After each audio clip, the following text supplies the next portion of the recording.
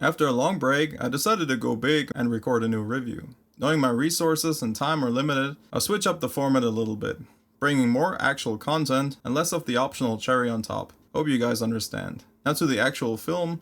The movie in question, The Odyssey, kept many people arguing for the past couple of months ahead of its release. Having seen it, in my 2 cents, it's better, worse, and totally different than I thought. I'll get into the details after a short plot summary. The story starts with Odysseus' wife Penelope and his son Telemachus being overwhelmed by the suitors who camp in their palace. The husband/father was the mind behind the Trojan horse and set sail after the siege of Troy, returning home. The only problem is, that was over a decade ago. The suitors vandalize and exploit the empty throne, tyrannizing the people of Ithaca in the process. They're hoping to marry the presumed widow, who still holds on to her missing husband. Being fed up by the situation, Telemachus goes on a journey to find his father and restore order to his home.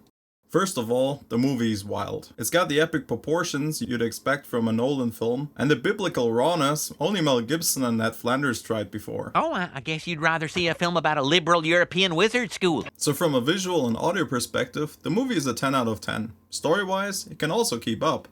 Now if you're a mythology buff, you'll see that Nolan kept a lot of stylistic freedoms, which is something I'm gonna go into later in this review, so it's not 100% lore accurate.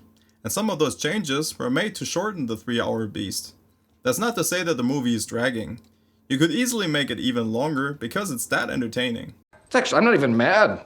That's amazing. No, for real. It's an epic tale, and that takes up lots of time. I generally think one of the few problems the movie has is that it's not for the masses, as much as Christopher Nolan tried to make it that. It has modern accents and words.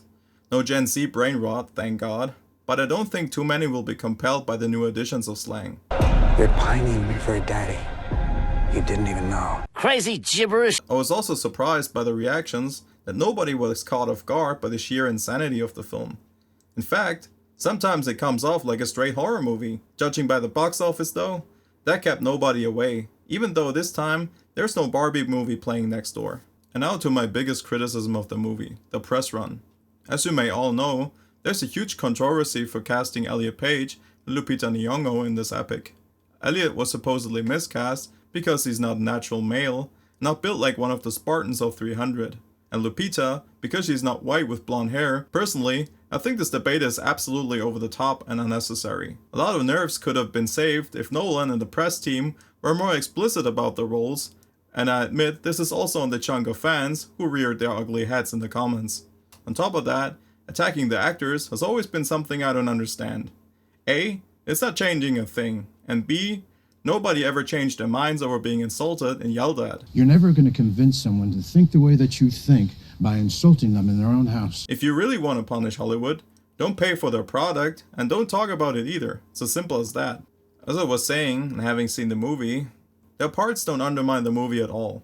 The worst thing those casting decisions did was rile up everybody and make press. Now to the racists who used this movie for their agenda, you guys seriously need help. And to the guys who think this was a brilliant casting call, don't get upset when Timothée Chalamet plays Blade and Caitlyn Jenner is Rey in Star Wars Episode 10. The time will come, and you gotta tolerate that as well.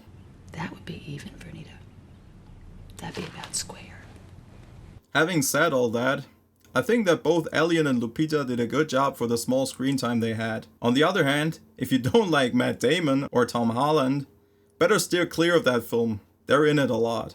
So to wrap this up, I've read the books, I've seen the movie. For me, it's a clear recommendation. If you can, go see it in IMAX. You'll be blown away. Thank you for staying this long till the end of this video. If you liked it, please leave a like, subscribe to my channel, and hit that bell icon so you know when I crank out another video.